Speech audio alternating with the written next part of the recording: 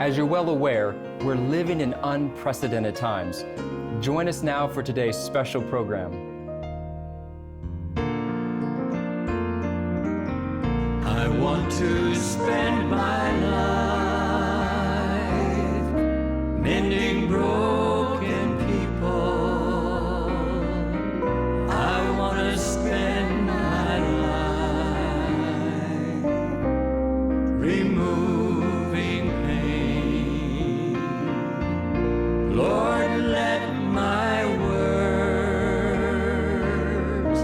heal a heart that hurts. I want to spend my life mending broken people. I want to spend my life mending broken people.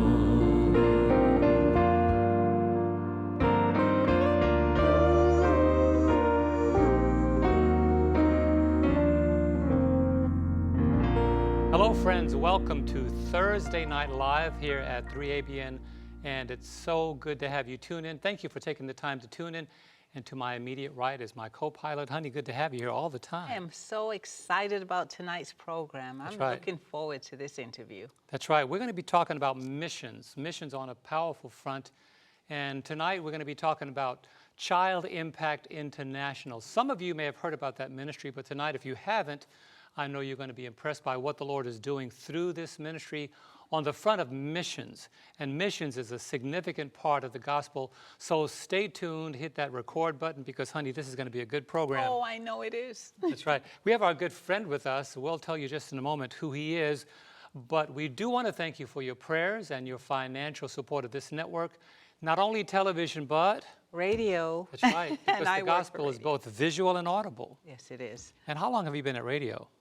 Oh, about 16, 17 years. That's right. So if you hear radio, if you ever hear Crossroads, 3ABN radio is all over the world also.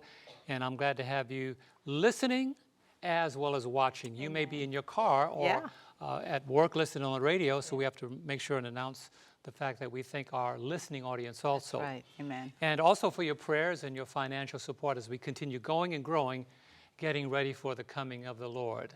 You know, I think this is a good time to go ahead and not allow our guest to remain a mystery. No. Let's start with the person we know very well. Why don't you introduce him? Well, Jim Rennie with Child Impact International. Welcome, Jim. Thank you, Angie. It's great to be with you again. And you're not a stranger, are you? No, I was just trying to work out. We've traveled together probably more than 30 hours in Myanmar and India. Right. In vehicles on bumpy roads. That's right. Yes, and we've enjoyed our visits together. Absolutely fun time. That's right. Jim is a real, you know what I like about you? You're a genuine guy. You're a businessman, but you're a very lighthearted individual. Very much. Fun to be around. But tonight we're going to talk about not only the travels we've had with you, but your work with Child Impact, and we'll let our audience in a moment know a little bit more detail. Good to have you here. And Josue Gelabert, am I saying that correct? Yes, that was. I've been practicing that all day long. Good to have you here, Jose. Thank Tell you. our viewing and listening audience who you are, and you're one of the new kids on the block. Yeah, I'm newer. I've been with Child Impact since 2018 and doing donor relations. Okay. And I'm still there working with Jim and working for the cause. I graduated from Southern Adventist University, and I started working for Child Impact International. Good, good. Isn't he a musician? Aren't you? Oh, yeah. And what else I do you am, do? yeah. I play violin. I used to be the concert master at Southern Adventist University, and then after graduating and working at Child Impact, I was able to continue that music career. I played with the Chattanooga Symphony Orchestra. Ooh. Wow. So, yeah. Yeah, so you'll be able to contribute more than just the business side. I'm sure that we'll be here. Yeah, I'm sure I'll be going on some Child Impact concerts. I think that was a hint. That's good. Well, welcome. Good to hint. have you here. Good to have you here. Thank you. We're going to have a very informative program tonight. Anytime we get together and talk about missions, it's always informative. Now, this particular program is going to be talking about missions outside of the United States, and we're going to talk about where Child Impact is located, how long it's been around, the vision for Child Impact, some upcoming projects, how you can also sponsor and some very interesting stories of the lives that are being changed by this ministry. And we've seen it, honey. I mean, we've been in I'll talk about the places we've been, but we have seen child impact on the ground. Oh, I just love the children. That's my favorite part, right. is seeing the children, ministering to them, and just being there. And it's such a blessing, Child Impact is. And I thank you, Jim, and Child Impact International for taking us along to be a part of the mission and to be hands-on. It's absolutely beautiful. We love it. I remember taking some pictures laying on the ground in one of the schools, and there's some very interesting stories. What we have here in America, Jim, you know, and Josue, I think you had a chance to peek in some of the places where Child Impact is impacting children. You can see the story is quite different overseas than it is here. And we're also going to talk about how it's happening in this crisis environment. Yes. But before we do anything, we have some music, honey. And another person that's a part of Child Impact in a very real way. He's a friend of the ministry, isn't he? Jamie George? He's been very supportive. He's done concerts for us, and he's traveled to India and Myanmar with us.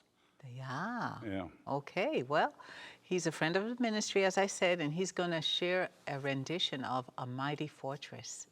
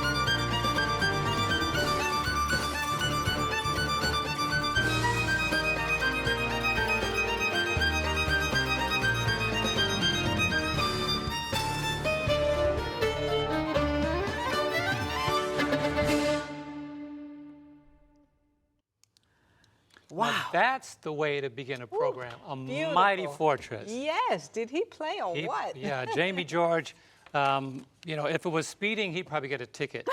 But thank you for lightening up our hearts, because you have to be standing with a mighty fortress to be able to do the ministry that Child Impact has been doing to the world. Wow, thank you so much, Jamie George. Every time he takes that violin out, I wonder what he's going to do with it next, but he's always been a blessing and a good friend of ours, as well as a good friend of Child Impact International. Once again, we're going to be talking about missions tonight, and the ministry that's going to be highlighted, as I've said before, is connected to a good friend of ours, the CEO presently of Child Impact. Jim, once again, if somebody just joined us, good to have you here. Thank you. And I want to just, you know, we live in this new environment. We call it the new normal. It's just a crazy world. And since we are live tonight, tell us, how is Child Impact doing in this COVID-19 environment? Well, as far as Child Impact's concerned, we've been very blessed in the current environment with from our supporters and donors, but we're certainly facing some challenges in the field. We operate principally in 6 countries: India, Bangladesh, Myanmar, Nepal, Sri Lanka and Zambia. And we take children based on need, so they come from very poor backgrounds and villages mainly, and we put them in Adventist mission schools. So when this pandemic broke, it was just about the beginning of the school holidays. So the schools actually closed just before the beginning of the school holidays. And that created the first problem, because they missed the exams. And also, that's the time of year where the paying students pay their bills. Wow. So it was off to a very bad start. They missed their exams, and the school lost a lot of valuable income. Now, during the school holidays, we continue to pay the school because we pay them in 12 equal installments. Now it's the end of the school holidays, and the schools are still closed. Wow. When will they open? I guess we don't really know, but it's certainly going to be a while. I have to say that the situation is grim. The poor people in society, the pandemic is racing through India and Bangladesh and Myanmar. Wow. And you can imagine the situation in these villages. I think it's underreported, the problem. They're not getting any government assistance. And the other crisis is these mission schools, Adventist mission schools, were under financial pressure before this. So when they open, there's going to be a problem. But right now, most of the schools can't afford to pay their teachers. Oh. Wow. Most of the pastors in the poor areas are not being paid. And so there's 2 issues: the kids at home, and the teachers not being paid. But when the schools open, it's going to be tough for these mission schools. Wow.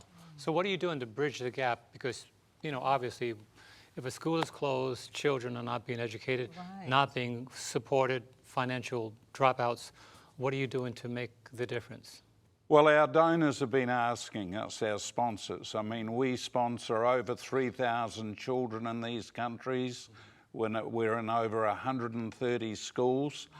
And of course, the sponsors are faithfully paying the money, and they're saying, what's happening? Our kids aren't getting the money. And we've been grappling with this because we want to support the school to make sure it opens. When it does open, that there are teachers and that it's functioning. But at the same time, the sponsor has given that money for the child. So tonight, we're announcing a policy we've brought in. It's not perfect. There's no easy answer to this crisis. That's right. And so what we're going to do from August, 50% of the sponsorship money will go to the school, and 50% will go direct to the child to help the child and the family. They're getting no support, and a lot of them are in crisis. So our field staff, believe they can contact over 90% of the children by cell phone to their parent or their neighbour, and we're going to do our best to get money each month direct to the child. Okay. So that'll keep a little balance between the school still getting funds and the child getting some assistance in this crisis. The ones we can't contact will hold the money back for when school starts. And then on top of that, we've been running a rice and health appeal, which now becomes critical. And when school opens, we're going to supply all the boarding schools rice for 6 months. Wow. So that'll give immediate relief to the mission schools, and it will also ensure the children are fed, because these schools don't have any money. Wow, wow. Is there more than rice, or is it just rice? Well, you know, our problem is that the complication of buying food. So principally it's rice, but if the school wants to spend some on vegetables, they can. But the basics of the food in these countries is rice. And so if we supply the rice, we're really providing 80% of the food.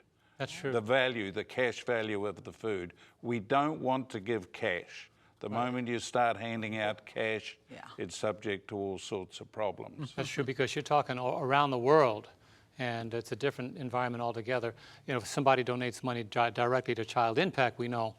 But when you start sending it out around the world, wiring it or however you do it, it's quite a different story altogether. And we've been there. We've seen, you know, when you talk about rice, remember we went to dinner one evening and there was this pot of rice. Huge. Right? Looked like you could put a child in that pot. It was so large.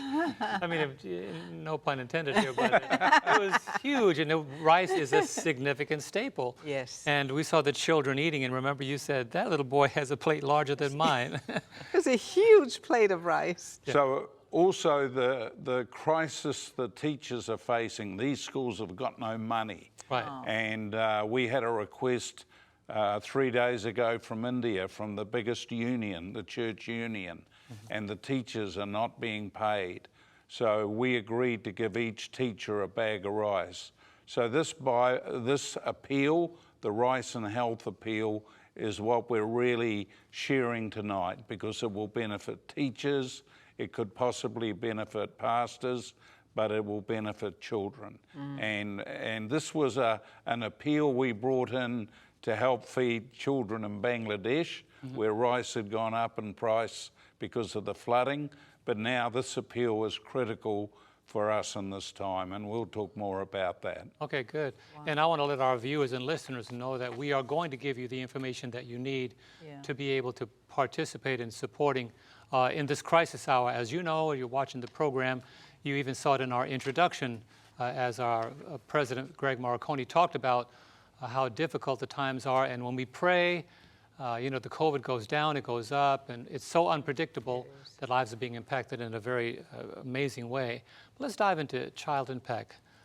Yeah, I know everyone wants to know, where's your accent from, first of all, and then secondly, tell us how Child Impact got started.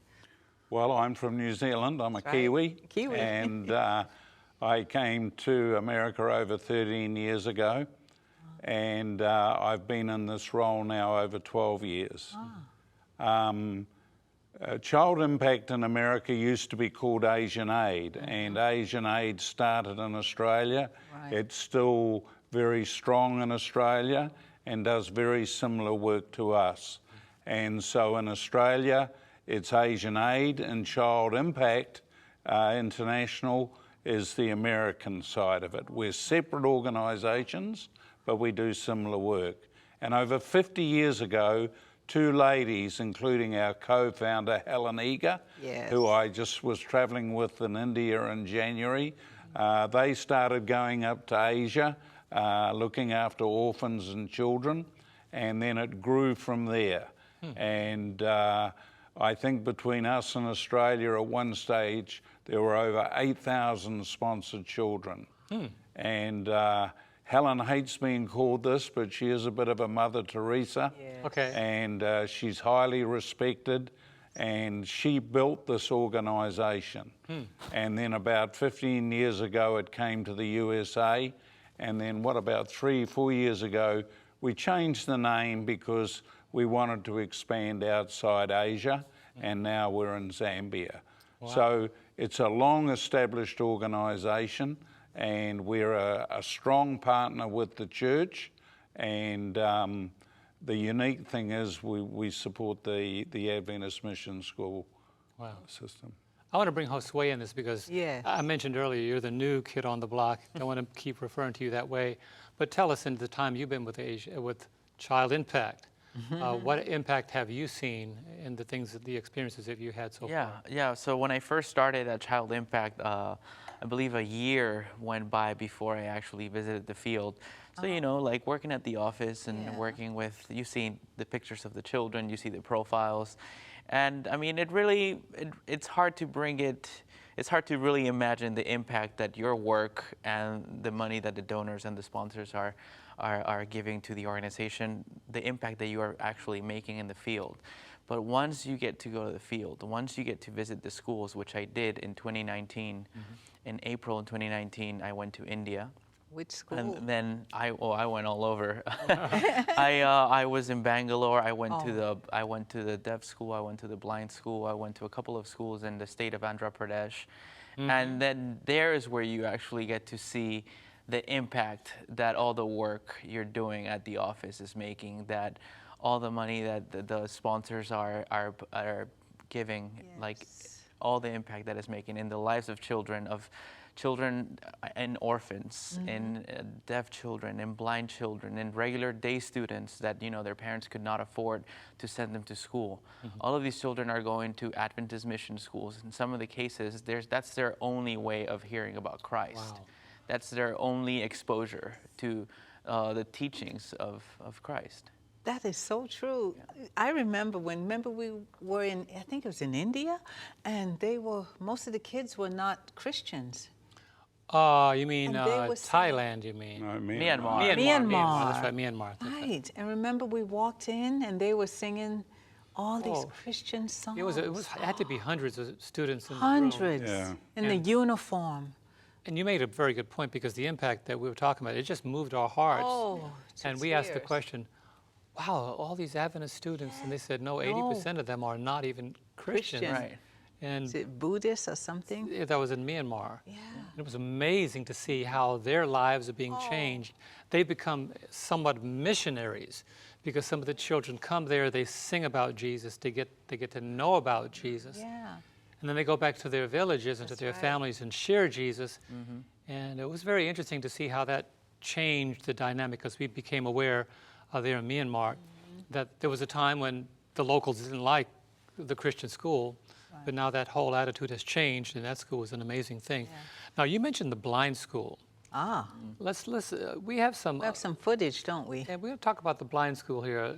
Identify to those who may be watching. In Andhra Pradesh, Child Impact fully funds a blind school built by the McNeilis family, and it's located, and here we can see some footage of the blind school. I think there's about 110, 120 students. They all come from very, very poor villages, and this school is just an amazing place. These children would have no hope if it wasn't for the school. Some do have a little sight, but they all principally have blindness in one form or another. You'll see some albinos there because they come from families and they can't look in the sunlight, and so they have a form of blindness. And so this is a key school for Child Impact. It's a school that I love going to. That little boy there is a friend of mine, Sammy. I remember him. Yeah. I remember him. Yeah. So this school is an important part of our program, along with the deaf school, and it's a delight to visit. Josue, you've been there, and because you're musical, tell them about the music. Yeah, it was truly special. I think every school that I visited in India was was an amazing experience, but the blind school and the deaf school, the children are just extra special. Did you play a violin there? I did play violin. I got to the blind school on a Friday night, so it was Vespers time, and I got there right when they were worshiping, doing the worship. And to my surprise, all of the children were playing some of the children were playing instruments. They were playing piano, drums, they were singing, and they were all self-taught musicians. Ooh. They had just found the instruments at the blind school, and they have taught themselves how to play piano. They had taught themselves how to play drums, and they had somehow formed a worship band, and they were, playing music. And it was an amazing experience. And some of them had never gotten to hear a violin. No. And I played for them on that Vespers, and special. That was special. They really are all special. Very appreciative of that. Now, have any of the children ever been healed of their blindness? Some have had cataract surgery. Sometimes when they arrive, there's been limited operations when they come in and assessment's done. So it varies. Yes, we've had some good success. But one story I'd like to tell you about is a little girl, and I'll just call her Mary. And I was there the day she arrived. Now, the principal had found this girl in a village. They go out looking to try and find blind children. Now, you can imagine a poor village. They don't know how to cope with a special needs child. And this girl, I think, was 9. She had been chained to a pole in the basement of the house.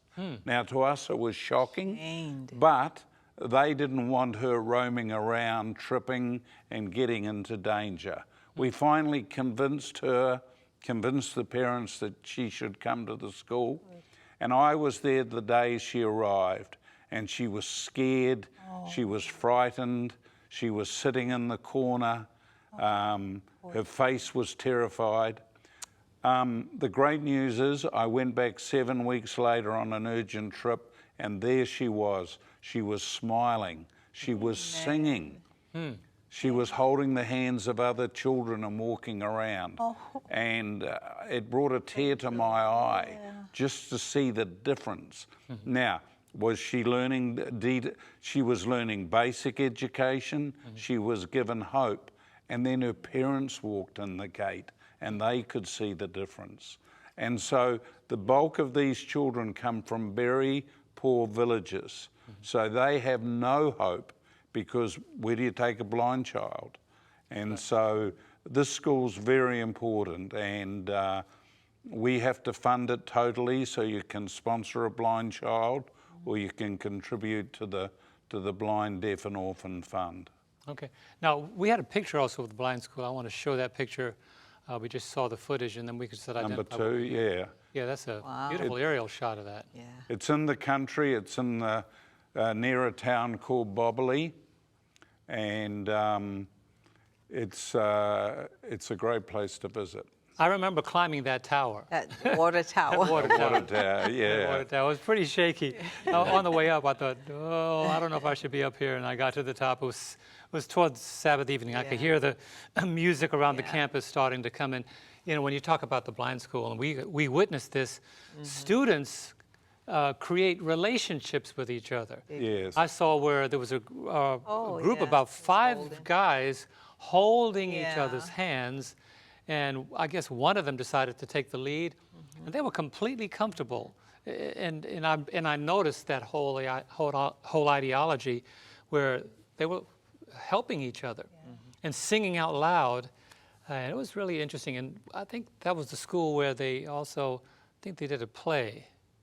That evening was a David and Goliath thing. Yes, they did. Yeah. Sometimes the one helping is the one that is not fully blind, but partially blind. Yes, we've seen that. And then he helps the ones that are fully blind. I think that's what it was, because he was looking, and he could see slightly. Yeah. And, you know, it's amazing. You think, well, if you had to lose one of your senses, which one would it be? And you probably say, I wouldn't want to be blind. But to those children, they have learned to grow in an environment where, you know, child impact. The other senses kick in really strong. The other senses kick in very well. Yeah. Now, how does someone sponsor a child? How does that work? Well, Josue's probably the best to Okay, say tell us. that because that's what he does all day. Oh, Yeah. good. I hope. Yeah, there are multiple ways that someone can go and sponsor a child. Probably the easiest and most personal way would be online, because the person going online to our website, which you will find on the screen, childimpact.org, you can view the children that are available for sponsorship. You can read their bios, and you can you kind of like see all of the different rates of sponsorship. We have day students, we have border students, we have and we have special needs students. So those are all different types of sponsorships. And then the sponsor can go on the website, choose a child to sponsor, and then just start sponsoring. And then once they start sponsoring, we send them. We send the sponsor a profile of the child with their picture, with their bio, with their details. And then we send them all of the information on how to write letters, because the sponsors are able to actually communicate with the children. And in return, the sponsors will receive letters from the child, and they will receive APRs, annual progress reports, from the children. Nice. Yeah. There's also a gift program in which the sponsors can purchase a gift twice a year to send to their children. Yeah. So it all goes through Child Impact. Right. It all goes. They don't it's all done. personally send anything. No. I like that. It goes through. Well, we used to have a system where you could send a gift to your child, but they were just going missing. We'd get charged duty. They'd go missing in the system. So now we have you send us $20, $25. It's $25 per gift. We make sure the child gets a gift, and if you write a letter, that letter goes with the gift to that specific child. Wow. You can also ring us, you can email us. There's many ways that you can make contact with us to sponsor a child. Now, some people say, I don't want to sponsor every month. I don't want a monthly commitment. Okay, yeah. What can I do? Okay. Well, we have an unsponsored child fund. So most of the time, we have 300 to 400 unsponsored children. So once they're in our program, we sponsor them, whether they've got a sponsor or not. So by contributing to the unsponsored child fund, that helps cover the 200 to 400 that are not sponsored. So if you can't sponsor a child, that's fine, we understand. Right. But you can make any sort of donation, a one-off or once a month, to the unsponsored child fund. That makes sense. Go ahead. Sorry. So you don't have to really pick a child. You might say, well, put it where the need is great. And then Correct. put that in the unsponsored child pool. That's good. Yeah. So nobody falls through the cracks financially. There's No. always somebody being taken care of. Once a child's in the program, we support them, whether they've got a sponsor or not. Okay. How many children would you say you have? Is it more girls than boys? Or? Oh, I haven't counted them lately. Quite but a bit, honey. It is Think about quite the At the number. moment, there's just over 3,000, about 3,400. Yeah. That's wonderful. And each child, you train them for the kingdom. So this is beautiful, isn't it? And we also found out there was some students that were not necessarily raised in the blind or the deaf school. That's right. But they were benefactors of the orphan, and later on they came to work there. Yes, yes. We have, in each country we have a partner, and they employ people. And in India, our partner, they employ at least 3 I'm aware of that were sponsored children. Oh, my. You have also another school. You go from blind to what's the next? Is it deaf? In the south, the blind school's in Andhra Pradesh in the north. Okay, we were there. The deaf school is south of Bangalore, about a 2-hour drive south, and it's a town called Collegal, and it's for deaf children. I think at the moment it's got around 100 children. Wow. And it's another church-owned mission school. And once again, you can sponsor a child there, but we also... Now, here's some footage. This is actually Mrs. Eager. Oh, no, that's me arriving. That's you. And Mrs. Eager was actually with me. And as you can see here, these are the kids. Very happy kids, very talented children. And they are very knowledgeable. It takes a little getting used to that. You forget they're deaf, you start talking with them. But their sign language skills are very strong, and it's just a delight to visit this school. Is that in Bangalore? No, south of Bangalore, about 2 hours south. I don't think we went to this. We didn't school. go No, here. you didn't go to this one. This is in a town called Colligal, and you can see them here. It's amazing because you go to a meeting or a church service where they're singing, and they sing in sign language. Wow. And here they are singing songs outside. I think they're singing an Indian national song, and it's just really different. But very happy kids, and once again, from the poor villages. The parents don't know how to cope with it, and this gives an opportunity. You also have a picture that goes along with the blind school. The deaf school. Oh, the deaf Here school. it is. Here it is. So here's the children in front of the building, the main building, and that gives you an idea of the size of the school.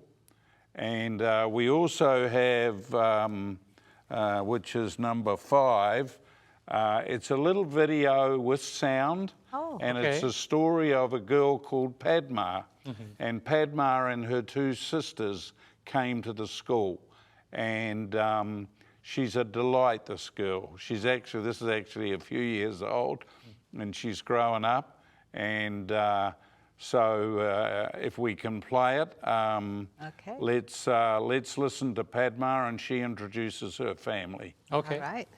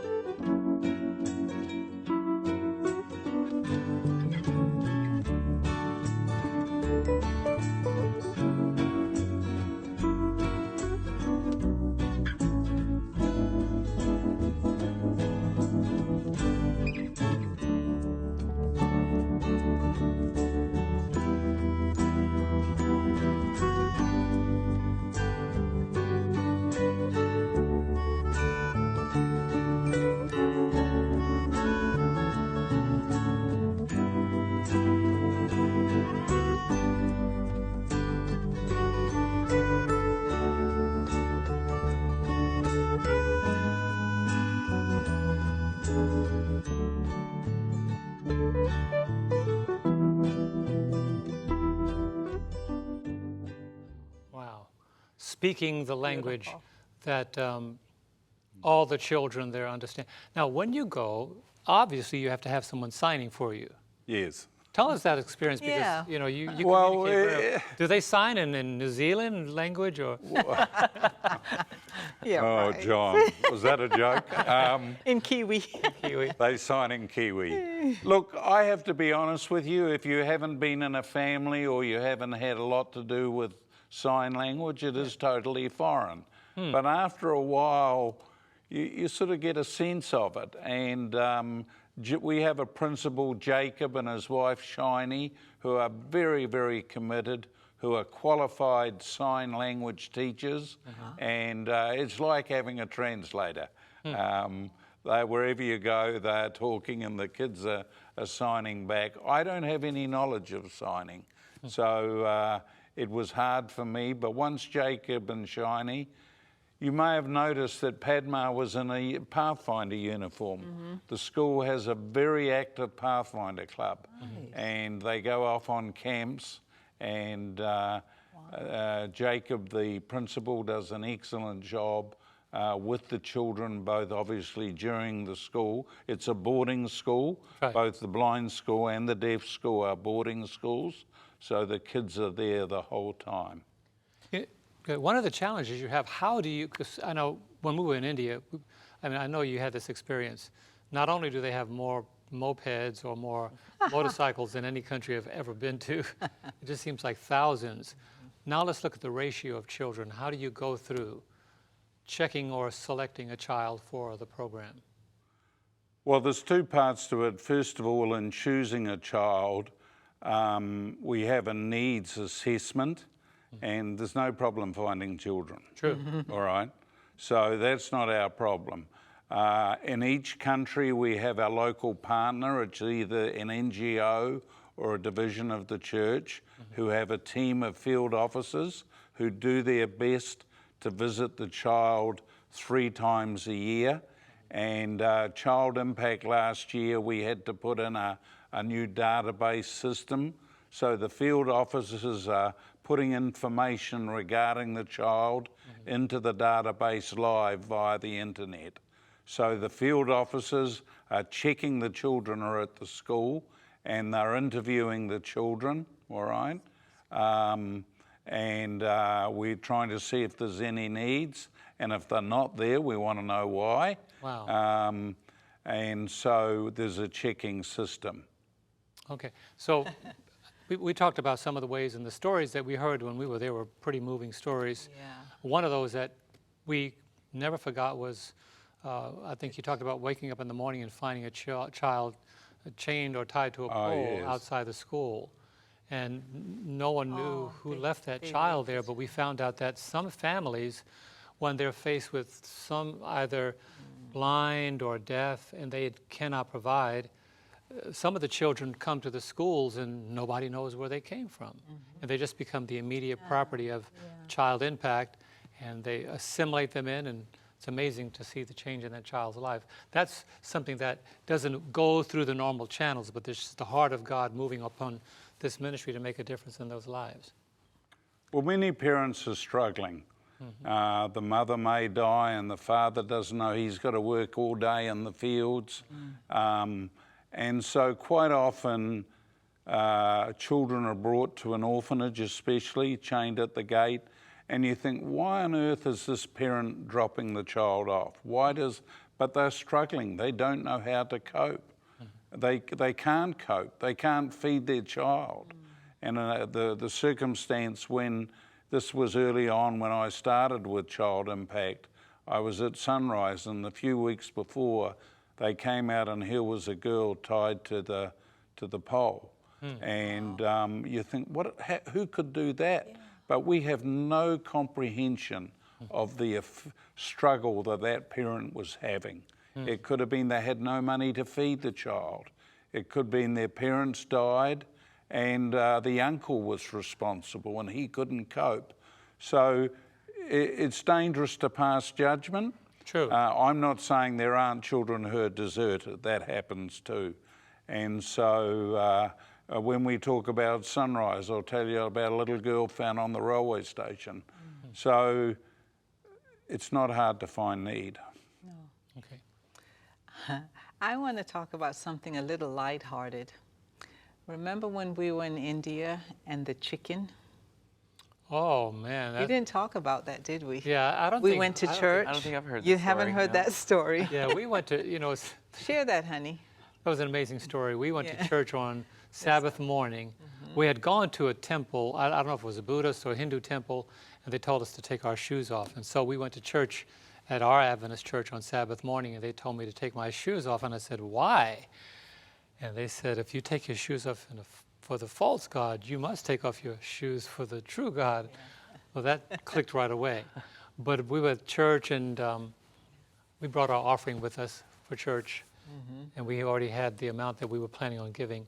But then we noticed during the offering time, someone, I don't know if you've seen this before, but I don't think there's many of these repeating. Somebody brought a chicken up front, and his feet were tied with thread.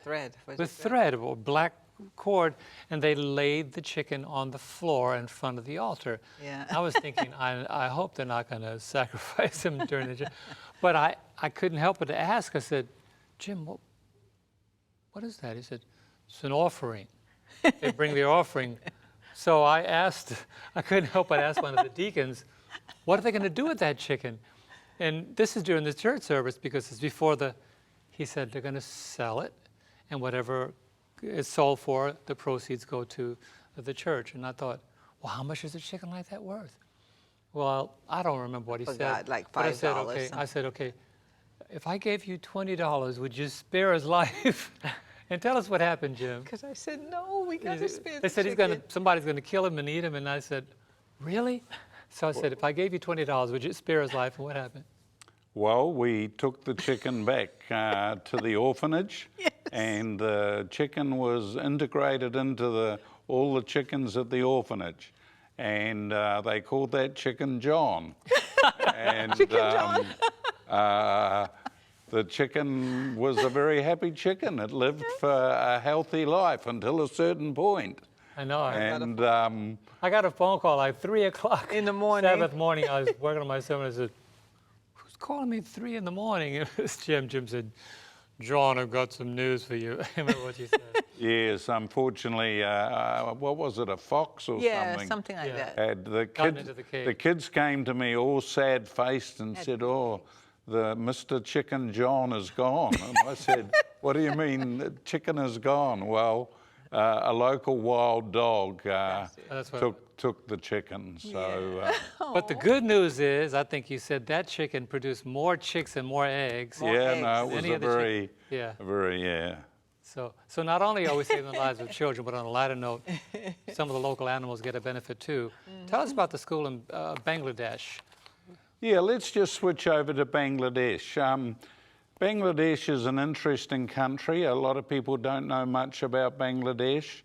It's the most densely populated country in the world. Wow. So if you take LA and you think there's a lot of people, the capital Dhaka is 10 times the density of LA. And a very poor country. I actually went to towns where there were no motorbikes.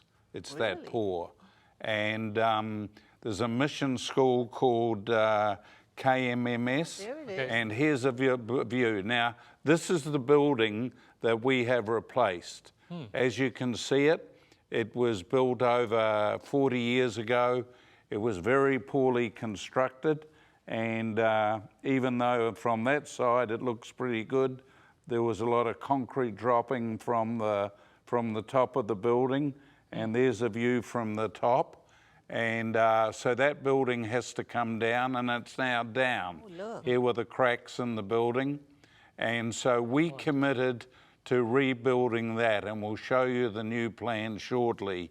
Okay. And this is a critical mission school. It's in a very remote area up by the Indian border, and it's a very well-run mission school. It has over 600 children. Wow. Of which about 80 are orphans, and I'm not sure, I think we've got over 100 children there. We've also got some more B-roll of the children, number... The KMMS? Yes. Yeah. 7. And is that a picture of the new What's building this that's proposed? Yes, sorry, here's the new building. Let's just leave that on the screen for a minute. So this building is the one we're doing the appeal for now. It contains classrooms. It contains science labs, libraries, Wow. the administration building, but more important, at the far end on the road, there is a preschool, and that preschool will help raise funds for the college. And so people will bring their children there during the day. The 3ABN viewers and our donors have supported this project. We originally needed $500,000. We just need 30,000 more. So if you would really like to help us to finish this project, this is a real need, and we're just on the cusp of finishing the fundraising.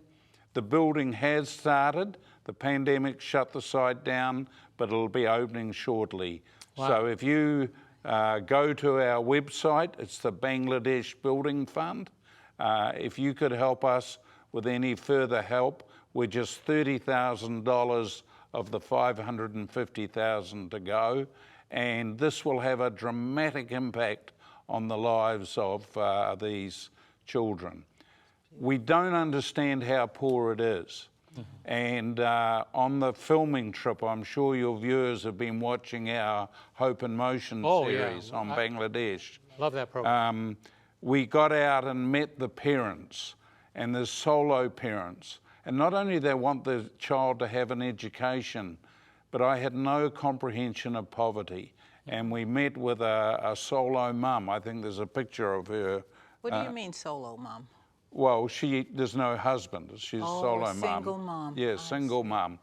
And she works in the fields, and she wants her children to have an education, but she also wants them to be fed. Yeah, we do have a picture of solo mom, I think is the picture. Yeah, here she is. Oh, there she So I is. met this lovely lady. It took us 2 hours to get to this lady with the 2 children at the school. Yeah. And they can't afford to go home for the holidays because she can't afford the bus fare. And she was just so appreciative, but she struggles. And so the children in this area come from very genuinely poor, needy. And now with the virus, these families are struggling. There is no food. And you know, we have lockdown, but we can still go down through the drive-through. There's no drive-through here. That's so true. That is so true. That's true. The restaurants, we know what that's like. Yeah. And right now, when we're hoping things to open up more, a lot of things are going to be closing down again. But what you're making a point of, hey, when the store closes, that's it. There's no second option of driving through So our rice and health appeal in Bangladesh will be a key part of not only helping these children now, our sponsored children, but when they come back to school, we will ensure that the schools have rice and that they have supplies so that these kids are fed. So the KMMS, was that the building we just Yes. saw? Okay. And it's only $30,000 away from being fully funded. And if the persons that are listening to this program, when you think of 30,000, that means 470,000 are already in place. Correct. To do that project. And we're gonna be giving you the address at the end of the program today on how you can sponsor the program. But I know what you've seen so far. It's just the tip of the iceberg. You know, I know that sometimes volunteers may want to go down and say, well, I'd like to go to Bangladesh, or I'd like to go to Bangalore or Andhra Pradesh and look at the field. Believe me, we have seen, we thought we knew what poverty was. Oh. But sometimes In the streets, the children, they're in the streets, they're naked. In the streets. some of the people Local cannot, streets. the basic things. The parents living on the streets and the children, it was just, I've never seen poverty like that till we've gone to India. But you have something also called Project Operation Rescue. Operation Child Rescue. Operation Child Rescue. Yeah, well, at an early stage when I got to India, we became very aware of the trafficking issues. To be honest, it's beyond our comprehension. Thousands of girls that are involved in trafficking.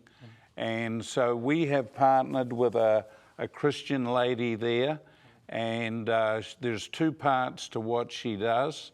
She rescues girls from brothels. So her team partners with the police, all right? Yeah. And they go in and rescue children, rescue girls from these brothels. Wow. And the other aspect is of children who are, like for instance, there are children on railway stations. These girls are very prone to being trafficked. And then we've opened a rescue home. It's called Azari, and Child Impact and Voice of Prophecy have partnered together to fund that home, and it has girls who've been rescued and are living in that home. I met those girls. I met some of those girls when I went to visit the home. Anita is a lady running that project. She's a Christian lady in Bangalore.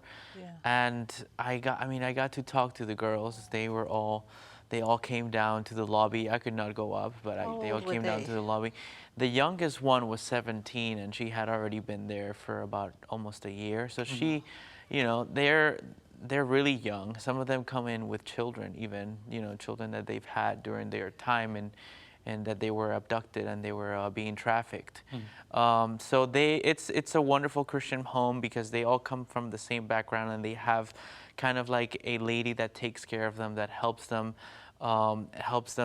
with the self-esteem issues, helps them, you know, learn about Christ and learn about to forgive themselves and like get on with life, and also learn valuable skills that they can use after they leave the home. So it's kind of a place for them to, you know, feel safe, and rehabilitate and get on with life after they leave the home. That's good. They get counseling. And what we're going to do in the second half of the program, we're going to talk about that in the second half of the program, show some of the B-roll that talks about that, and bring out some very interesting components as to how this program works specifically. I think we had an interview here with that lady. With that Yes, lady. Anita has been on 3ABN. If we just pull up picture number 13. Yes. Picture number 13 is just simply the Operation Child Rescue logo. And so when you see this logo, this is the program that we want to build. Trafficking is it's hard to comprehend. Even here in America, worldwide. it's hard to comprehend. And we've now heard and seen so many stories of the tricks that people go to. For instance, at that KMMS school in Bangladesh, all right, there was a daughter of one of the employees who saw an ad on Facebook to be a beautician. So she answered the ad and went. She actually went across the border into India to a village, to a town to be a beautician. And when she has arrived, she was put in a truck and transported thousands of miles to Bangalore and was put in a brothel. Now, fortunately, she was a fighter and she caused a noise and a disturbance, and the police came and got her. And to cut a long story short, she told them who she was, and Anita was able to go and rescue her and transport her all the way back to Bangladesh. That's one of hundreds of thousands of girls that this is happening to. And so when you think about Child Impact International, it's impacting on so many levels. Yes. Not just the blind school, not just the deaf school, not just people that are learning skills, rescuing children that are sometimes abandoned by their parents. And I've seen, we've been there. There's not only, it doesn't only have a visual impact on you. We went to a school downtown that was in Bangalore. We walked through a community that not very many people were welcome. Talk about that. And then there's a school there where the people have come to know you so well. That is another challenging program. That was in Vizag, not Bangalore. And that's where we've got a slum school. Right. And at that school, as you said, the community are very welcoming of us, and that's an important outreach for us. Okay. We're going to talk about more of that in the second hour. We've covered quite a bit in the first hour. But if you're just joining us, don't go away. We have a second half of the program. Child Impact International is impacting the world in so many ways. But you want to find out how you can be a part of this moving ministry. So we'll be back in just a few moments. Don't go away.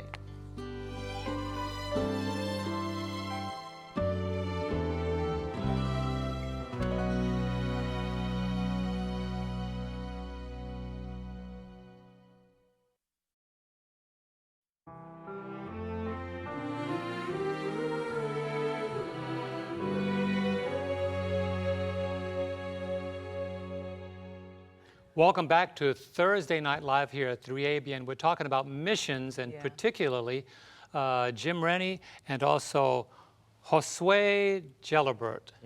Yes. You got it. I got it. I'm proud of you. I'm proud of you. Good job. A young man born in Spain. Yes. Yeah. New with Child Impact, and our good friend Jim Rennie. If you're just joining us, you missed a very good first hour. That's very good. But we're going to be continuing to talk about this great ministry. I want to just recap briefly. How old is Child Impact International? How long has it been around? I don't think I've asked how long. Originally from the start in Australia, over 50 years. Over 50 years. Right. And here in America, about 17, 18 years. Wow, so that's a very well-established ministry. You know, when you hit 50 years, you're an institution. Yes. It's good in a good way. But thank you so much for coming, Jim. We've had a chance to travel with you and enjoy what we've done together. And when the doors open up again, we might want to go back this time with Josue, and you play the violin. I promise I'll sing along with you. But it's been really, really good. But before we go to the second hour, we're going to have some music. we're going to talk about. Tell us about that, honey. Sure, it's going to be Jamie George playing All Hail the Power of Jesus' Name. It's going to be beautiful.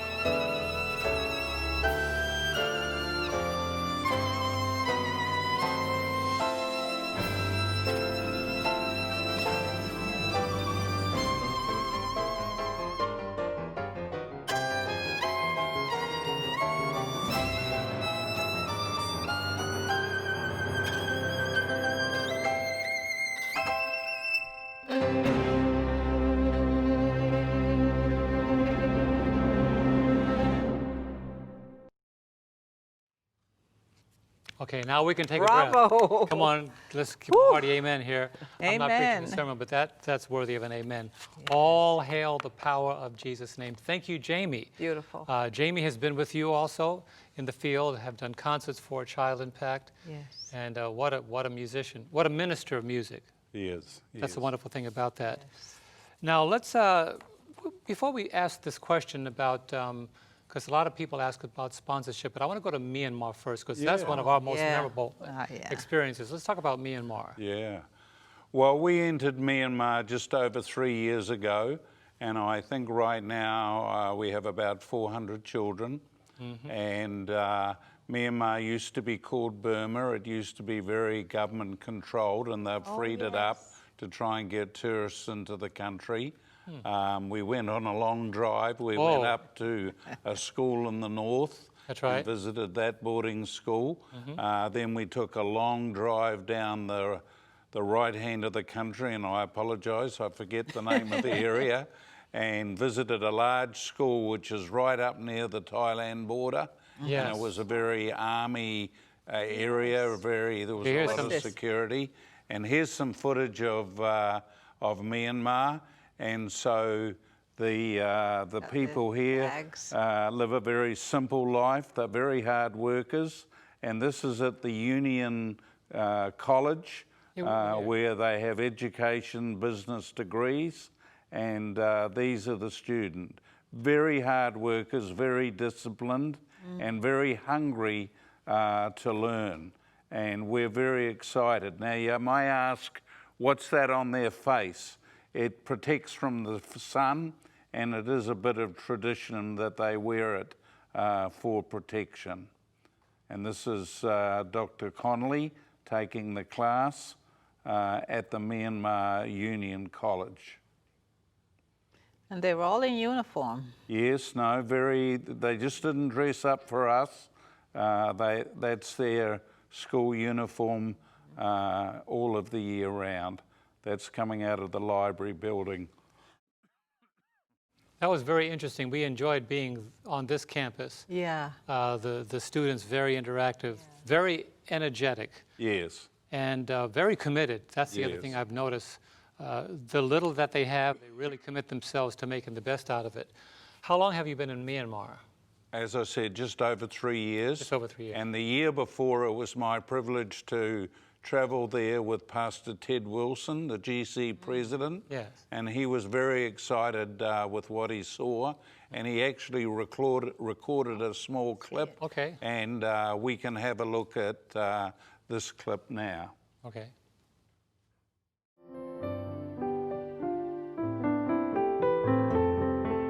Sponsoring children in activities like these mission schools and opportunities is a tremendous way to help form the character of young people as they look to the future. They will never forget their association in a Christian environment. And by God's grace, many of them will become members of the Seventh-day Adventist Church. It is absolutely a powerful witness to sponsor a child in Child Impact and so many other organizations that help young people to find Jesus. Sponsoring a child not only has short-term effects, but it has a long-term effect. Sponsoring a child is investing in the character of a young person for eternity. We're taping this right here in Myanmar at the Myanmar Union Adventist Seminary. And about 1/3 of the students, or 1/4 of the students, are being sponsored by Child Impact. People who become workers in God's church, people who make an impact in the community, have been people who have been sponsored.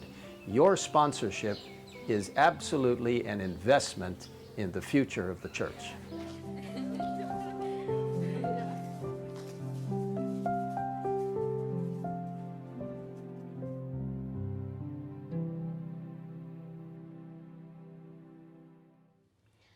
That was good to have Elder Wilson there. I noticed he has on the traditional garb. Yes, yes. They had a big celebration on, and you can imagine having the GC president as something that is just very rare for them. And there were just thousands of people that came out, and it was really exciting to be there that day. It was a privilege. We traveled to 2 or 3 places in Myanmar with them, and it gave me an insight to how the church leadership works, and he was very kind and supportive, and we're very excited about Myanmar. These kids are very hungry for a future. They're very committed. They're also hard workers, a bit like Bangladesh. You know, they're out there, and the schools have gardens, and where we visited, up by the Thailand border. Those kids, you could see they were very committed, and you could see the spirituality. And the good thing at that school, I don't know if you remember, but there were young teachers there. Yes, remember. Remember the fact that there were young teachers who'd graduated who were teaching at that school.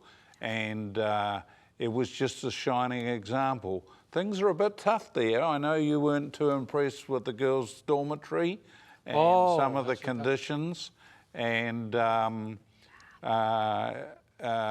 but they are very, in fact, the girls' dean was an ex-graduated student. I remember her. And wherever Angie goes, she takes 20 suitcases of clothing, and she was handing out clothing to the girls. And so we're very proud of the children we sponsor everywhere, but in Myanmar. So hopefully when school opens again, and but once again, the Rice and Health Appeal is going to be helping these kids, because I'm telling you, they are struggling right now, all right? Some of them are going hungry. And so the Rice and Health Appeal will also help the school that you just saw now when it opens. Wow, wow. Oh, my. Wow. Now, I'm going to ask a question about sponsorship. I don't know if you want to ask. Is my sponsorship money safe if someone was to give money to help a child? Is that money safe? Yes. The money comes into us, and we only release the money monthly for children that are at school, all right? So it goes from us to our partner, who send it direct to the school, all right? So anyone who's paid in advance or anyone who's given us money, it's held here in the US in our trust account. It can only be used for that, and we release it monthly. So it goes direct to our partner in country, and then it probably takes about another week or two to get to the school. So it's a very simple pipeline. There aren't a lot of people involved. And to be honest, it doesn't even go through the church system. So it's from us to our partner, direct to the school. And the calculation is done. There's a list of names. Is it perfect? It's pretty good. And you know, that's one thing when I started with what was then Asian Aid. First thing I thought, coming from a business background, where's this money going? And it's one thing I can do. I can look the donor in the eye and say, the funds are as safe as you could hope for them. It's a third world country, all right, and what happens at the school sometimes is not perfect. But I can assure you that the funds go directly to the school. That's good, that's good. Now, what about the teachers? How do you select the guardianship, the deans, the teachers? How do you select? Well, we don't run the schools, Angela. The schools are run by the church. So the church educational system picks the staff. So they run the school just like here in America. Sometimes the church supports the school. So we are not involved. Now, we're taking a stronger lead in some schools because things haven't been quite how we hoped. And so we do take a strong overview, but the teachers and the staff are employees of the church. Okay, that's good. Wow. That's good. And the money is safe, so that's good to know. Now, you're on the business end of this too, so how do we, when you think about sponsoring, if I sent money and I said, okay, I want to sponsor, do I pick where I want that sponsorship to go to? Yeah, you can, if you're wanting to sponsor a child, you can either send a check, you can send a money order by mail to our P.O. box, but you can also get to choose the child that you want to sponsor if you go on our website. So that is the advantage of sponsoring online, that you get to kind of see the children that are available for sponsorship, read a biography of that child, and then sponsor that child. Now, there's not a hierarchy for need for all of the children that are in our program. all of them are in need. So sometimes donors call and they say, please give me the child most in need. Oh. And that is just really hard to choose because they all really, all of them are in need. That's right. Right. So, but you know, some sponsors really develop a personal relationship with their sponsor child. So they really want to know about them, and so read their biography online on our website and get to choose their child. They can also call by phone, and then we'll assign them a child, and then we will mail them the sponsorship, what we call the sponsorship packet that includes a child's profile and includes all of the information that the sponsor needs to share letters, to share correspondence with that child. The sponsor receives an APR once a year, an annual progress report, as well as letters, and the sponsor is able to send gifts to the child twice a year through our gift program. Can the child respond to their... The child responds to the letters from the donor. So the letters that the donor sends, if they send it through, they can send it directly to our field office in each country. And the field office sends that letter to each school for the school to deliver to the child. Wow. So the child holds the sponsor's letters and they read them and they're able to reply as well to the sponsor. I like that. You want to add something to that, Jim? Yeah, we have to be careful. There's a lot of child protection issues, so we do everything we can to protect the privacy of the donor and the child. So we're very open that we read every letter. Someone has to vet the letters. For instance, from the sponsor, we don't want you to include phone numbers or your email addresses. Good point. Because then you'll be, you don't want everyone in India ringing you. But we do encourage you to put a nice picture, not to show the big house you live in, but a picture of the family or your dog or whatever. And likewise with the children. We want to make sure that they're not begging for money or saying inappropriate things or whatever. But the correspondence is really a delight to read, all right? It's just exciting. And I've been to visit sponsors, and here on their table is 4 years' letters from the girl they sponsor. Wow. And we're also hoping to go online with our new database that you'll be able to type a letter and it will go through electronically much quicker. Yeah. That's good. I mean, I never thought about that, the safety of the child, because you mentioned it's kind of like prison ministry somewhat. The similarity, you don't want to have inappropriate correspondence. Because remember years ago, I know. I knew you'd tell us. Go ahead. We were in Florida. We were involved in prison ministry when we lived in Florida years ago. And a guy, one of the inmates, sent this huge card, big giant huge card to the ministry, and he said, "The Lord told me that Angela is supposed to be my wife." Well, we were married at the time, so we knew the Lord didn't tell him that. But that's what you're talking about. You want to make sure. Yeah, we have to protect the child, and we also need to protect the sponsor because they give out phone numbers and email addresses. We do our best, all right? It's what we do. One of the other questions is, now this is something happening here in America, so we have to address this because it could happen in any one of the countries you're working in. What happens if the child doesn't return to school? Yeah, well, we're very worried that what will happen after the pandemic. Parents are going to be hesitant. We have people who homeschool here. There may be poverty. The children may not return to school. How many will there be? We don't know. It's very simple. If the child doesn't return to school, I'll explain it another way. We've put in place in our database a system. So when the school opens, we will know. It'll be activated. When a child returns, it'll be activated weekly. So at any time, we will know what schools are open and what children are there. Now, there'll be a certain point that if the child hasn't returned, both us and the school will do our best to track them down. But some are not going to return. And how many, I don't know. I think we would be fooling ourselves to say they're all going to come back. Right.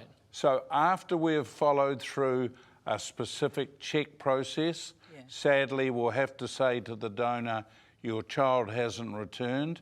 We always have drops, all right? These are from poor families. They have to move to get work. It happens. So when a child is dropped, we write to the sponsor, we offer them a new child of a similar background to what they had, and the sponsor can either accept that child or they can stop their sponsorship. And if there's any money being paid, we're happy to refund it. So we're going to do our best to keep track of all the children. Now, it's not going to be easy. True. You know, 3,000 kids in 6 countries. But we've put in place in our database a checklist, so you can call into our office and say, has the school opened? And we can look and say, no, it's not open yet. The school's open, is my child back? And we can say, yes, they are, or no, they're not. And we're going to do our best, all right? We're only human. Our staff are under very difficult situations right now. Totally new world. And it's a new world, but we're going to do our best because our primary care is the child. That's right. We also want to be very loyal to our sponsors, but our primary care. So we want that child to be at the school, not only for the sponsor, but for the good of the child. Wow. And we're concerned too about our church members not coming back too. Many pastors, because many people are staying home during this COVID This environment. has totally changed the way that life happens. Yeah. Right. So many people. It's like, when are you going to come back to church? And many, it's not just us, but it's many pastors are dealing with that too. That's true. During this But environment. we'll be honest with the sponsor. We're just going to do our best, but we've had to put in place a check system, and we're committed to just doing the best we can for the child and the sponsor. We ask for some patience, all right? Good. We ask for time, and it's a new world. And that is why starting in August, 50% of the sponsorship is going to the child. And our field, like you were saying, our field office is making sure that 90%, has made sure that 90% of the children that we sponsor are reachable, and we're able to give them the 50% of the sponsorship. Now, when we do that, those families of those children that are being sponsored are most likely going to send their children back to school, because they are receiving, in their time of need, they are receiving that help of their sponsored child. Good. So that's one of the importance of, Motivator. that's one of the importance of this this new transition of our sponsorship program for the COVID-19 pandemic. That's good, because this way children don't fall through the cracks or feel neglected or say, or because they're not at school, they're not able to, you know, get through this storm, to get through this pandemic. Yeah. Okay. Such a good program. You're like above board, you know, you keep up with your children. It's like parents, right? Following your children. Oh yeah, make the sure- accountability is great. Yeah. Because to see them all the way through, as you mentioned, some of the children that finish, as we saw in Myanmar, come back and become teachers. Remember asking that student, why did you come back? You mean you're so educated now, you could do anything you want. Right. And she said, this changed my life. I want to do something to change somebody else's life. So there's some, you know, reciprocating blessings that come out of this program. I know, and in that school, it's like the girls, they all took a bath in this big, giant, what was it? It was like a, Like you know, a pool, like a, I was like, all the girls bathe in that? It was very different. And I can't remember the name of that school, but I was like, wow. and that was in Myanmar, but then those It are was some of the Myanmar, improvements okay. that we have been working on. You know, The girls' dorm, it was overcrowded. Yeah, yeah. But we have Sunrise, don't we, on number 14? Yes, no. Let's look at Sunrise. Yeah, well, let me just, before we go to the Okay. screen, let's talk about Sunrise Home. When I first joined what was then Asian Aid, on my first trip, they took me and they said, we've got Sunrise Orphanage. And I walked in, and we arrived late. We arrived at night. And I walked in, and here was a room barely 20 foot wide by 30 or 40 foot wide, and all the kids were asleep on the floor, all closed on the floor. And to me, it was so hard. And I said, I've got to change this. And the next day, Raj Varma said, oh, we have a property, sir. And we went out and we saw the land. And with the help of 3ABN viewers and our supporters, we built an orphanage that we're just so proud of. And let's have a look at some of the footage of the orphanage now. Okay. Let's see it. There it is. Here it is. Sunrise. That was the school where my chicken was. Was it? It was. Yeah, Yes, Sunrise. Sunrise Home, yeah. the Sunrise Orphanage. We've lost the picture here. Yeah, it was Yeah, on you the have to monitor look on the at top there. Yeah. Yeah, it's So amazing. what's happening here? The kitchen, we see the children. Yeah, this is the orphanage, and this is the kids having a meal. I'm not sure which meal it is, but as you can see, and here they are getting on the school bus, and they go into the town called Bobbley to go to school. And here's one of the classrooms at the town school. We're very proud of this orphanage. This orphanage is one of the few government-approved church orphanages, and we have a lovely couple here that you've met. We'll talk about them in a moment. And these are very children from terrible backgrounds. They've been deserted, they've been left, they have solo parents, and it's just a delight always to go to Sunrise. Here they are. I think that they're doing Beautiful homework at home. Their colors were so beautiful, their outfits. This is a school where you led, we were doing some song service outside. Remember singing? Oh, All the girls were outside, and you were leading Yeah. them. Yeah. Yeah. Sunrise is out in the country. It's got about 10 acres of farmland. And right now we're putting in the crops. There it is. And here's an overview of Sunrise. If we just keep this on the screen, on the left is the kitchen and the girls' dormitory. On the right is the boys' dormitory, and the bottom is the staff. And this is taken from the water tower. Is this where Varma is? Yes, this is Raj Varma and Lalitha. And his wife, Yes. Lisa. We're very proud of the home they run. It's a delight to go there. And over the years, the 3ABN viewers have been very supportive of this home. But I was there in January, and it's just a delight. I want to tell you about a little girl called Lakshmi. Yeah, interesting story. And I think we've got a picture of Lakshmi here. Her and a brother were found by the welfare committee, and she and a brother were brought to Sunrise, and they had been living on the railway station. To this day, we've never tracked their parents. Really? And he was the best at everything. He was the best pickpocket. He was the best thief. He was street smart, all right? But he was very protective of his sister. Oh. And when they arrived, it was tense, but to see them now is such a delight. Wow. And to see Lakshmi, she's growing. When I was there, she came up and held my hand. And there's an example of, they had no hope. They were living on, there was a high chance that Lakshmi could be trafficked. And that's typical. Yeah. Who's there? There's children where both parents have died. There's children that have been found living in the jungle. There's deserted children. There's actually now very strict criteria by the Indian government that they have to be a true orphan. And there has to be a checking process, because if their parents are alive, unfortunately we have to do our best to get them back to their parents. But in most cases that doesn't happen. But as I said, Sunrise is now registered with the government, and we're very proud of Sunrise. And over the years, because we built that from scratch and people have given a lot of funds, and I was there in January and it was just a delight. That was one of our high points when It we went to was. Sunrise.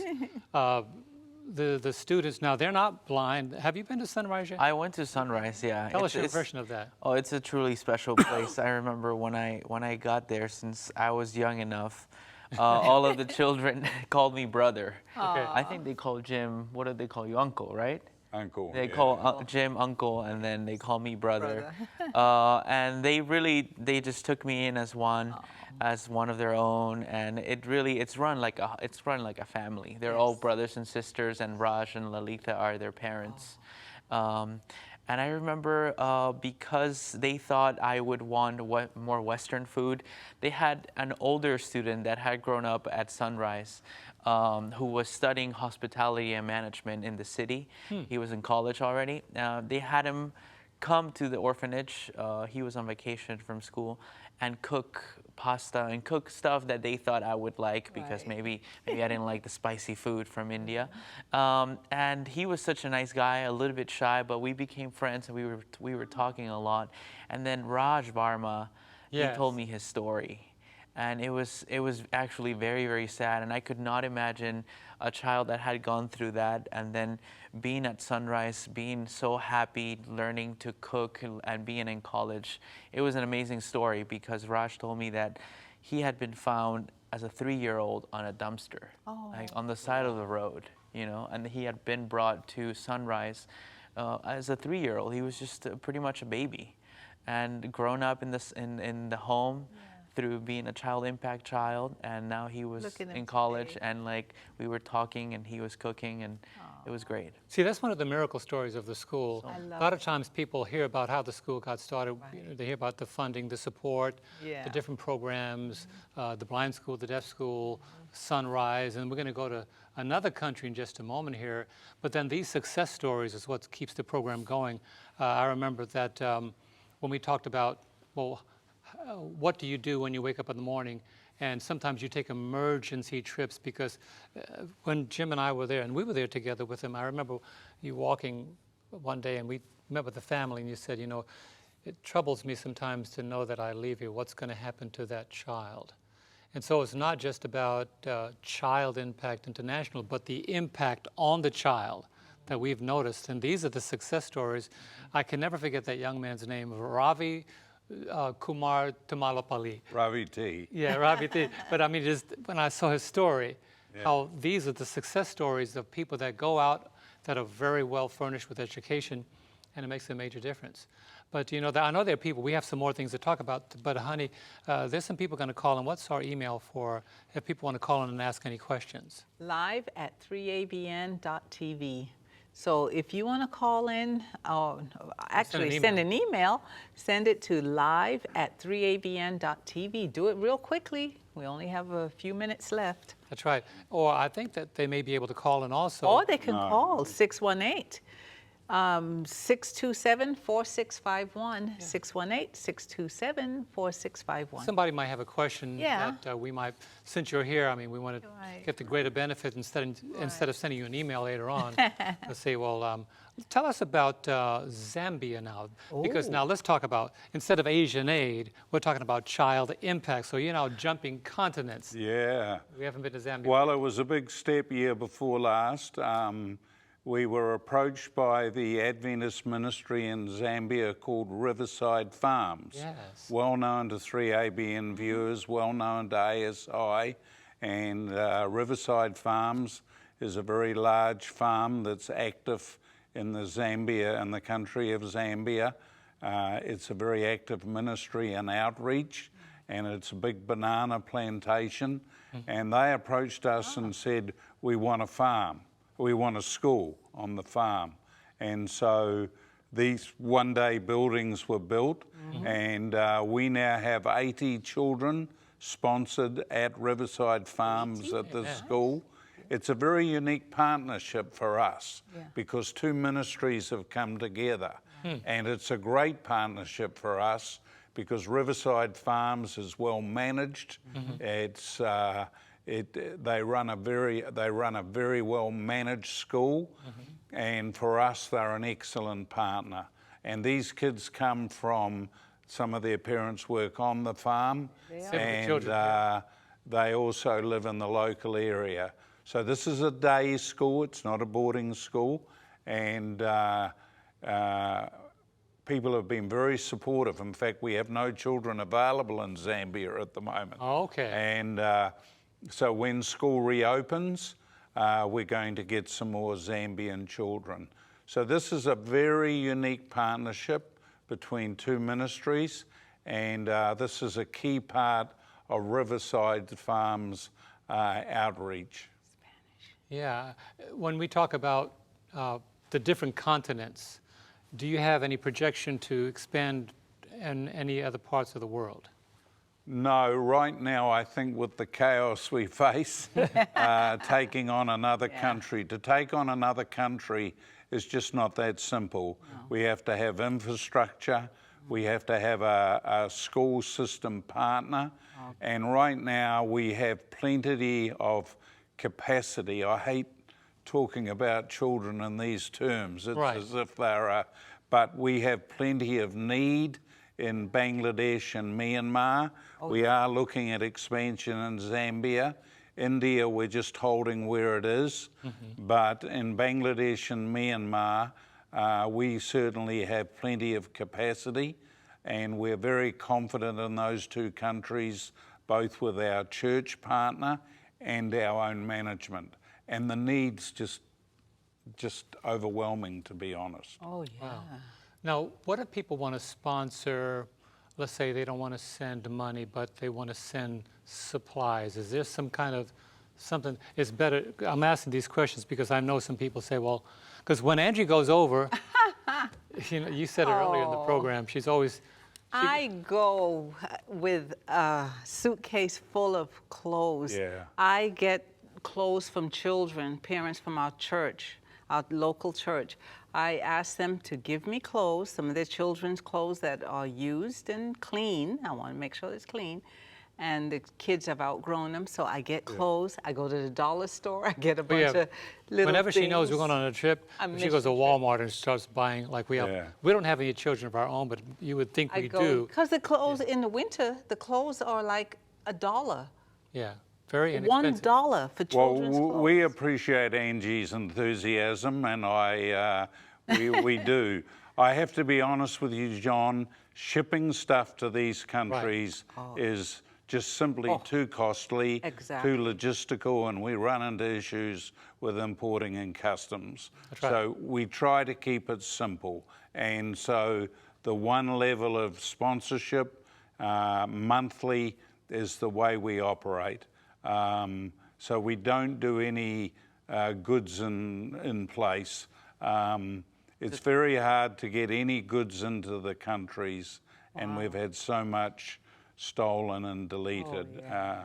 Angie's a reliable delivery service, but Angie's List. I love it. yeah, but the sponsorship system is not perfect, but it's by far the best way to support a child. We call it the direct sponsorship system. But it's important to note that the sponsorship does cover their uniform as well.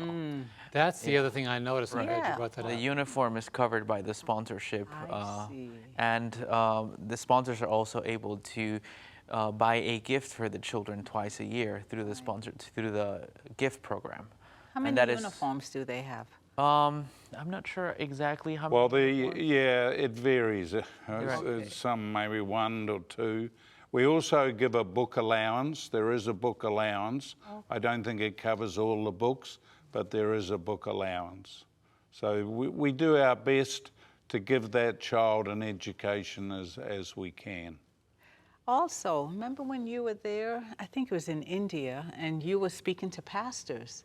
Yeah, that's another thing that talk about that, because you mentioned earlier about the ministers. teachers are not being, in this COVID time, there's a challenge with supporting the teachers there. But also, do you have any work that you do with pastors? Well, we don't normally work with pastors. That's not our role. We're education and church. Right. But sadly, the covert now, the pastors who are in the poorer areas of these countries are not getting their wages. The church is dramatically out of pocket, because in these villages, they don't go online and pay their offerings. If they're not coming to church, there are no offerings. And so we're now getting reports of pastors who are not being paid. And in fact, it is quite widespread in India and Bangladesh. So we've got pastors and teachers. Now, we have helped a few pastors with rice, and that's why I don't want to sound that I'm pushing it, but I am for very good reasons, that the rice and health appeal, because it's far easier for us to give a teacher or a pastor a bag of rice. Our first priority is the schools and the teachers. Right. But if near the school we can logistically get some rice to the pastor, we will. But the more bags of rice that we can get, in India a bag of a rice is around $13, roughly. Don't look it up on Google and tell me I'm wrong. It varies dramatically. What size? But I'm happy to talk about it at the end. But right now, the more funds we can get into our rice and health appeal, we will help teachers. We will do our best to help the pastors. If we have an overwhelming amount of rice, we intend to share it as quickly and as properly as we can. Wow, wow. What are some of the needs that you see Asian Aid, I said Asian Aid, Yeah, that's in Australia, fine. Child Impact International has? What are some of the needs that you see are on the immediate horizon here? Well, we're in a very totally unpredictable situation. So the biggest need right now is definitely our rice and health appeal. Okay, that's it. All right? That's the critical thing. And the need is simply overwhelming.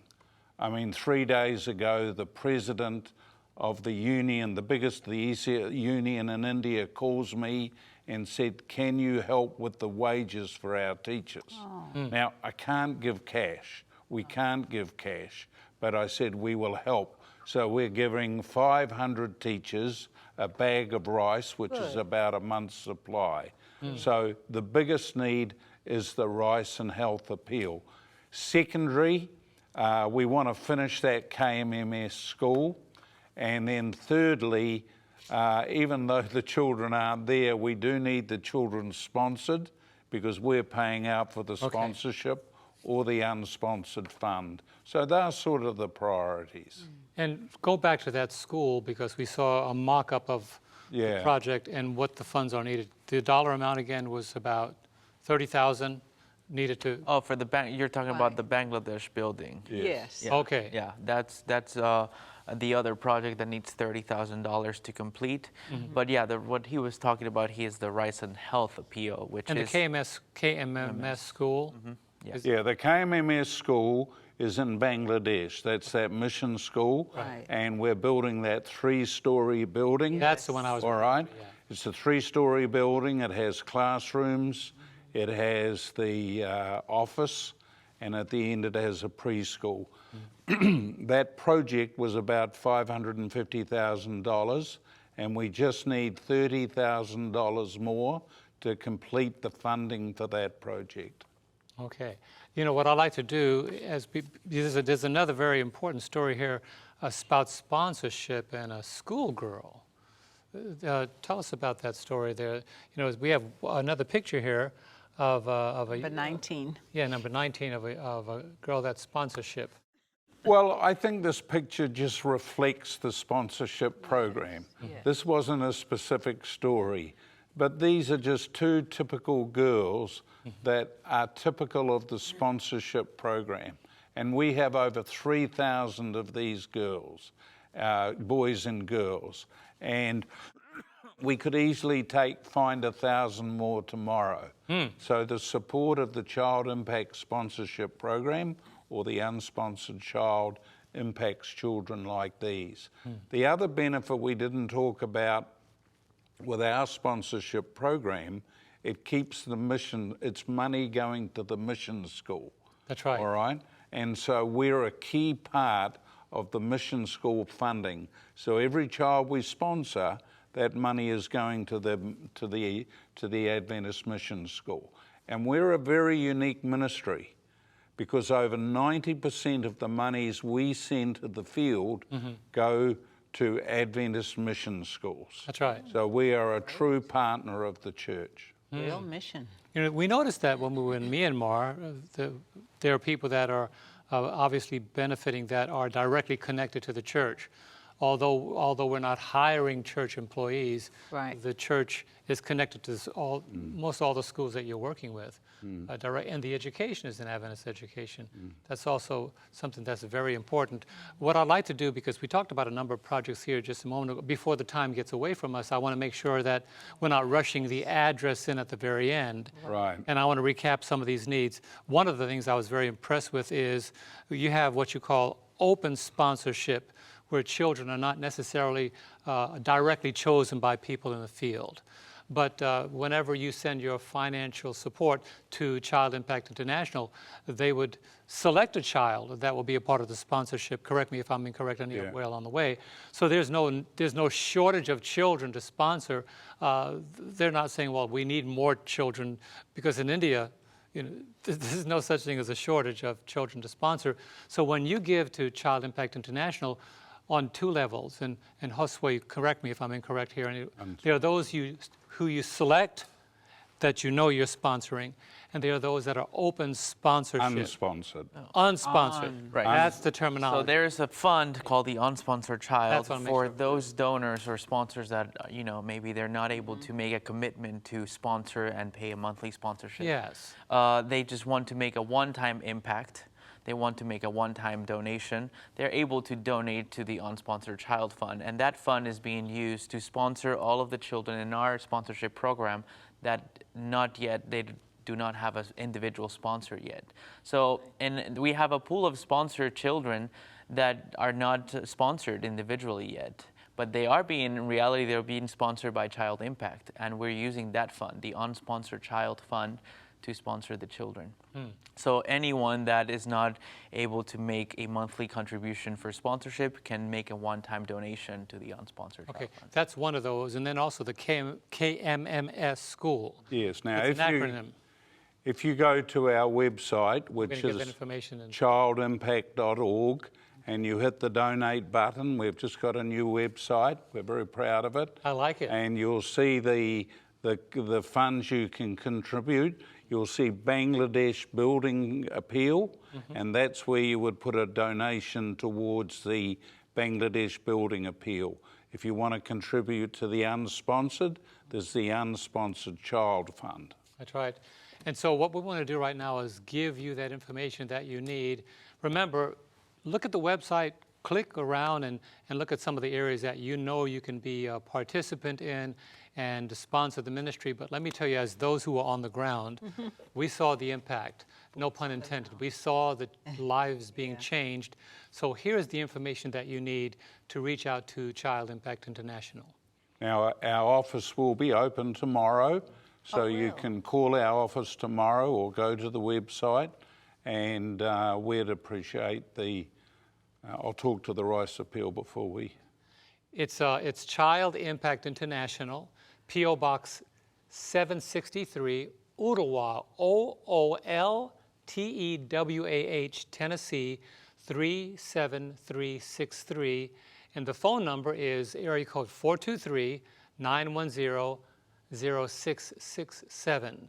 You can also go to help@childimpact.org. Is that the email? Yes, they can email asking for, they want to sponsor a child. They can also email us and we'll send them a child to sponsor. Childimpact.org. That's exactly. Help@childimpact.org. That's two words, Child Impact. And then the website is childimpact.org. Now let's talk about the programs on 3ABN, because we have, whenever this comes on, Friday night is one of our favorite times. Whenever Child Impact comes on, we stop whatever we're doing. Yeah. We try to make sure we have our worship out of the way by then, but I could hear the music coming on in the background. Talk about some of the media productions Well, we have a program, it's called Hope in Motion, Yes. and it's on every Friday night and Saturday afternoon. We do a 15-minute program, and the current series we're showing is about Bangladesh. And so we send a film crew to record this. We've made many programs with you. It is a bit of a challenge making these programs, both cost-wise and logistics. But 3ABN has been a very important partner with us and for us. And so we encourage you to watch those programs. It really brings you up to date with what's happening and gives you a wider understanding of what we do. That's good. Now, your role, Josue, he's such a unique name. I think I'm not going to forget it after tonight. I promise you that. Where do you see your skills expanding in child impact? Because your background, your education, what are some of the things that you feel could be a great contribution in your future with child impact? Yeah, well, I mean, studying international development and studying about the need is way different than actually getting to work and see the need, you know, firsthand. I've gotten to travel to India and really see the need and the poverty that these children are going through, and how much of an impact and a sustainable impact, child impact, really makes on the lives of children. If you think about it, the contribution is going so far because it's helping the child, but it's not only helping the child, it's helping the mission school, which is an Adventist mission school. It's helping the church, it's helping a school, it's helping the teachers, it's helping a child. That child will grow up and get through the educational system, and then they will come back and help their family, they will come back and help their village, they will come back and help their community. A lot of the times I get to read the child biographies, and most of the times the children just want to be teachers, they want to be doctors, they want to be nurses. They want to be things that they can use to come back to their communities and help. So in reality, this help is sustainable. It's creating better communities for those children. It's creating better families, you know, getting them out of poverty, giving them an education, and not just any education, but a Christian Adventist education. So it's a multi-level help. That's beautiful. Now, in these schools that Child Impact helps, is there, if someone is sick, is there a school nurse, or how does that work? I mean, it varies from school to school, but if they're a child impact child and they get sick or they have to go to hospital, we support that financially. And in a couple of cases, we've had significant serious operations and we've supported it. So if they're a child impact student, they've effectively got medical cover. Good. I don't want to be repetitious, but I want to make sure that we highlight this great emergency existing in all the schools. Talk about that, how we can dive in, because right now we can pray about what's happening in this new COVID-19 environment. When that's going to pass, we don't know. But just go ahead and another final push here on the urgency that child impact is facing. Well, I've been doing this for 13 years and none of us have faced an emergency. I haven't.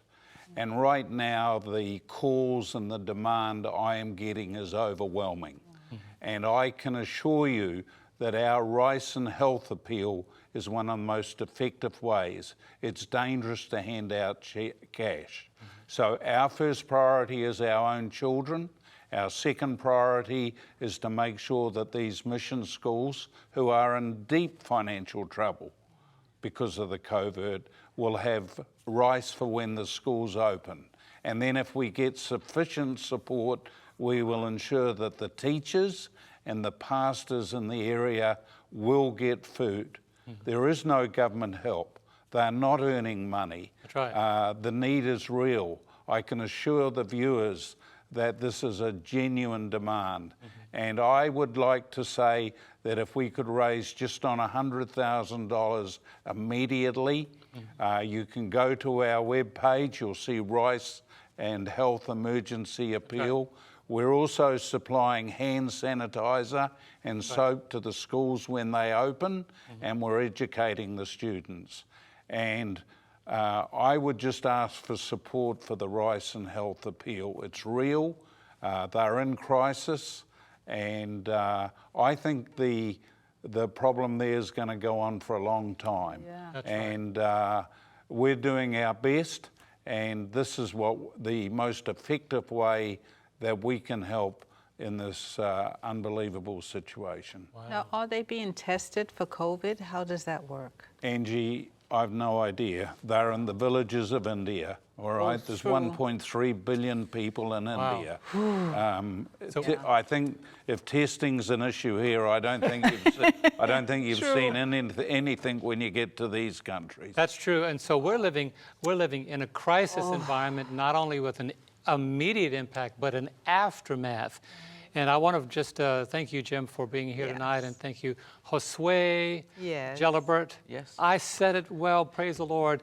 I think that child impact is going to go on even in the context of this crisis. We're going to continue to pray, and that's something that our viewers and listeners can continue to do. Please. But we encourage you to support your financial support. We can tell you from our own experience with Child Impact that the monies are going to be used to change and transform lives that will in turn begin to change and transform other lives.